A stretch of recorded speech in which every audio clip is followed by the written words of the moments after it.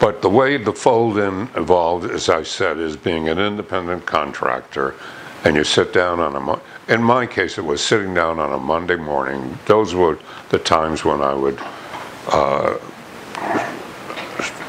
assign myself the task of creating stuff for the next week's work. And I spread a bunch of magazines on the floor, the National Geographic, Life magazine, Sports Illustrated, and a couple of more that we had lying around.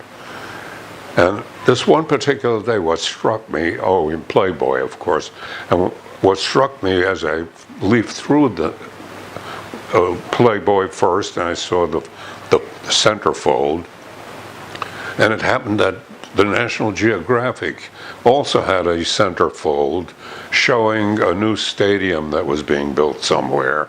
And, the National Geographic, I think, had something about the sky, stars and planets and all that. And it was Life magazine had this stadium, and Sports Illustrated something else. And Playboy had made the centerfold thing popular. And the legit magazines, the non-sex magazines, the family magazines, wanted to get in on the act. So they started experimenting with it. So I saw this as a kind of trend, and I thought, shouldn't Mad do this also? But how would Mad do it? And what occurred to me is that we would say all the fancy magazines have beautiful full-color fold-outs, and not to be outdone, Mad would have a cheap black and white fold-in, because Mad was not in color in those days, just front and back cover. And then I had to start developing something that would work, and of course,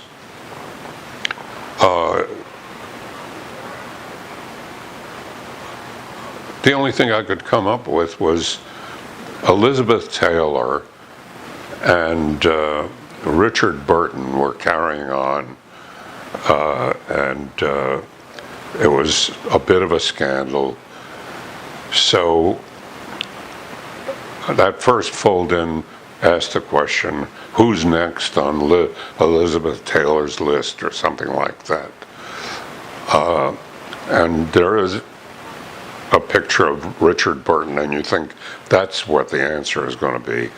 And of course it turns out that she winds up kissing some young man on the right as you fold it over, and the answer is something, anyone in the crowd, So it's a put down of Elizabeth Taylor. And I brought it to the editor, Al Feldstein. I said, Al, you're not going to buy this, but because it mutilates the magazine. But here it is. And he laughed. He said, I love this. He ran into the publisher, Bill Gaines, and he came out a minute later and said, Bill loved it.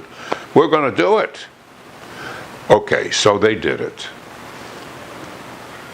About a month and a half later, he comes up to me, he says, all right, where's the next fold-in? I said, that's a one-shot gag. I was making fun of Playboy and Life, and I don't have another fold-in. It was a simple-minded idea. But he said, yeah, I want another fold-in. He was so adamant about it that I was fortunate enough to have a political situation at that time where Goldwater and Rockefeller were fighting for the Republican nomination.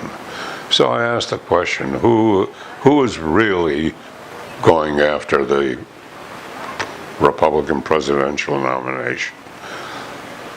And you've got the two of them standing there, and when you fold it in, it's a portrait of Richard Nixon. which turned out to be the answer, actually, in reality.